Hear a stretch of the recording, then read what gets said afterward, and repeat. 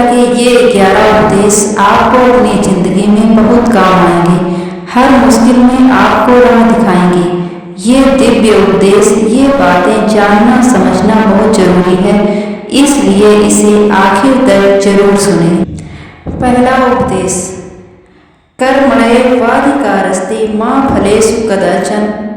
इसका अर्थ है आपको अपने कर्म पर अधिकार है, फल पर नहीं। यह सुविचार हमें कर्म की महत्ता और फल की अनिश्चितता के बारे में बताता है। यह हमें अपने कर्तव्यों को निभाने के लिए प्रेरित करता है और फल की चिंता न करने की सलाह देता है। दूसरा उपदेश, आत्मैवात्मनो बंधु आत्मैव रिपुरात्मनः। इसका अर्थ है आत्मा ही आत्मा का मित्र है और आत्मा ही आत्मा का शत्रु भी है। यह सुविचार हमें आत्मनिर्भरता और आत्मसंयम के महत्व के बारे में बताता है। यह हमें अपने विचारों और कार्यों को नियंत्रित करने और अपने आप को सुधारने के लिए प्रेरित करता है। तीसरा उपदेश, न हि कश्चित् क्षणमपि जातु तिष्ठत्या कर्म कृत।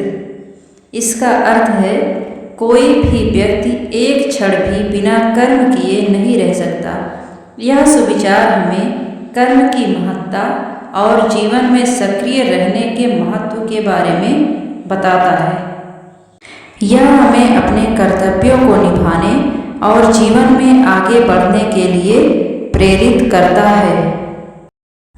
चौथा उपदेश, योगस्था कुरुकर्माणि संग त्यक्त्वा धनंजय। इसका अर्थ है हे धनंजय, आसक्ति को त्याग कर और योग में स्थित होकर कर्म करो। यह सुविचार हमें कर्म की प्रक्रिया में स्थिर रहने और फल की आसक्ति से मुक्त रहने के महत्व के बारे में बताता है।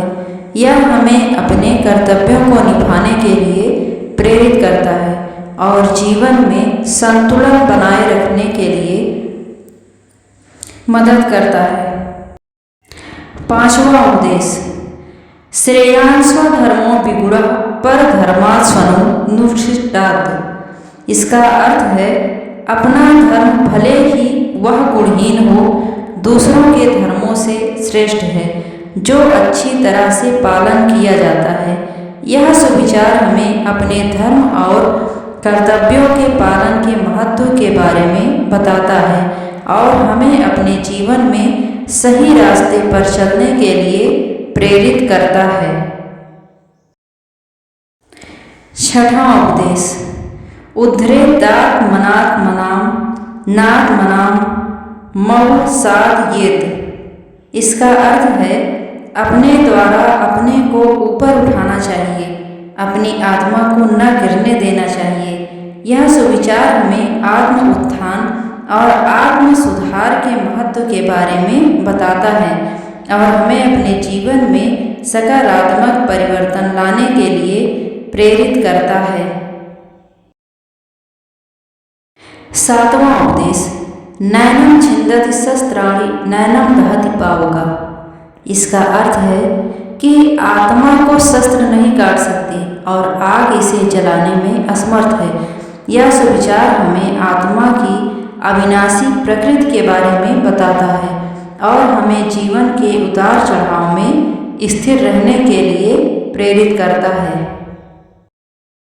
आठवां उपदेश, कायेन मनसा बुद्ध्या केवलैरिन्द्रियैरपि। इसका अर्थ है शरीर, मन, बुद्धि और इंद्रियों से भी कर्म करना चाहिए। यह सुविचार हमें अपने जीवन में संतुलन और पूर्णता प्राप्त करने के लिए शरीर, मन, बुद्धि और इंद्रियों का समन्वय करने के महत्व के बारे में बताता है।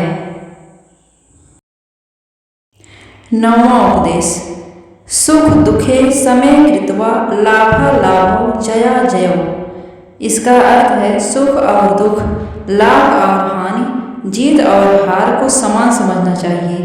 यह सुविचार हमें जीवन के उतार चढ़ाव में स्थिर रहने और समभाव बनाए रखने के महत्व के बारे में बताता है, जिससे हम जीवन की चुनौतियों का सामना कर सकें। भगवत गीता का 10वां सुविचार यहाँ नहीं दिया गया था, लेकिन मैं आपको एक और महत्वपूर्ण सुविचार बता रही हूँ। संन्यासस्तु महाबाहो दुख समाप्तु मयो गतः। इसका अर्थ है, हे महाबाहो, योग के बिना संन्यास दुखदायी है। यह सुविचार हमें कर्म और योग के महत्व के बारे में बताता है और यह कि कैसे कर्म को त्यागने से पहले हमें योग की प्राप्ति होनी चाहिए। 11वां उपदेश,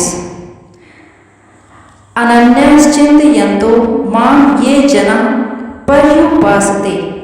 इसका अर्थ है, जो लोग अनन्य भाव से मेरा चिंतन करते हैं और मेरी पूजा करते हैं। यह सुविचार हमें भगवान की भक्ति और अनन्य भाव से उसकी पूजा के महत्व के बारे में बताता है, जिससे हम जीवन में शांति और मुक्ति प्राप्त कर सकते हैं। भगवत गीता के ये सुविचार हमें जीवन के उद्देश्य, कर्म, भक्ति और आत्म साक्षात्कार के बारे में गहराई से समझने में मदद करते हैं।